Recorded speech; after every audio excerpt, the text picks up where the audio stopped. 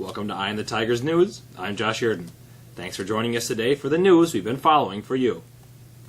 Moving forward with a campaign pledge to unravel former President Barack Obama's sweeping plan to curb global warming, President Donald Trump will sign an executive order Tuesday that will suspend, rescind, or flag for review more than a half dozen measures in an effort to boost domestic energy production in the form of fossil fuels. As part of the rollback, Trump will initiate a review of the Clean Power Plan, which restricts greenhouse gas emissions at coal-fired power plants. The regulation, which was the former president's signature effort to curb carbon emissions, has been the subject of long-running legal challenges by Republican-led states and those who profit from burning oil, coal, and gas. Trump, who has called a global warming, quote, a hoax invented by the Chinese, has repeatedly criticized the power plant rule and others as an attack on American workers and the struggling U.S. coal industry. A Russian state bank says it has met with President Donald Trump's senior advisor and son-in-law, Jared Kushner, as part of a series of meetings on future strategies. In Monday's statement, the bank said it met with Kushner last year as part of the Roadshow, discussions with representatives of leading financial institutions in Europe, Asia, and the United States. It said the meetings focused on global development, bank strategies, and prospective sectors. Kushner has agreed to speak on the Senate Intelligence Committee, which is investigating Russia's interference in the 2016 election. The White House said Kushner was, quote, doing his job by reaching out to foreign officials. Senate Democrats on Monday forced a one-weekly delay in a committee vote on President Donald Trump's Supreme Court nominee, who remains on track for confirmation with solid Republican backing.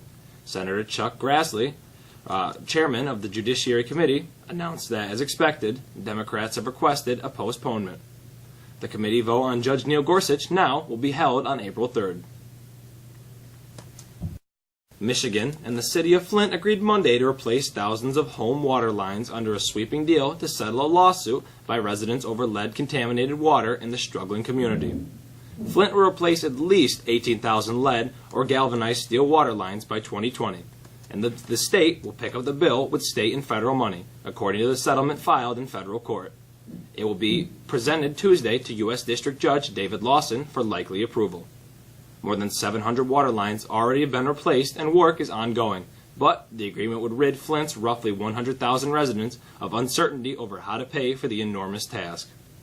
Despite Republican assurance that North Carolina's bathroom bill isn't hurting the economy, the law limiting LGBT protections will cost the state more than $3.76 billion in lost business over a dozen years, according to an Associated Press analysis. Over the past year, North Carolina has suffered financial hits ranging from scuttled plans for a PayPal facility that would have added an estimated $2.66 billion to the state's economy to a canceled Ringo Starr concert that deprived the town's amphitheater of about $33,000 in revenue. The blows have landed in the state's biggest cities as well as towns surrounding its flagship universities, and from the mountains to the coast, North Carolina could lose hundreds of millions more because the NCAA is avoiding the state, usually a favored host.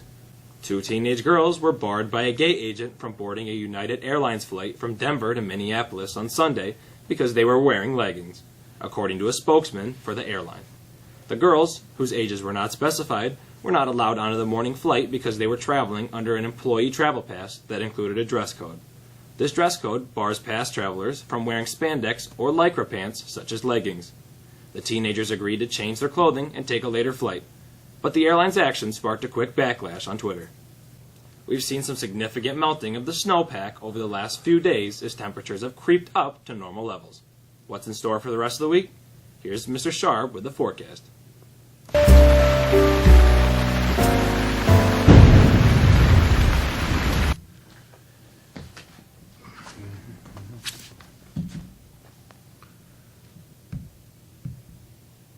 All set. We're in for some mostly cloudy weather today, with chances of some spotty showers as we move through the afternoon. Now, highs are just around normal for this time of year, in the mid-40s. Overnight, we begin to clear out just a little bit, setting up a Wednesday that will see times of sun and clouds. A slight northwest breeze, though, will keep our temperatures cool in the lower 40s. Now, Thursday, we start out with some breaks of sunshine early before the clouds thicken, bringing in our next weather system. Thursday night, we see some steady rain that could bring up to a half an inch of rain, which could pose the risk of some area flooding in creeks and streams. Now that rain continues into Friday with highs in the lower 40s. That's our forecast. Hope you have a great day. The NCAA Final Four is set for both the men and women. Here's Mr. Charbonneau with the news and sports.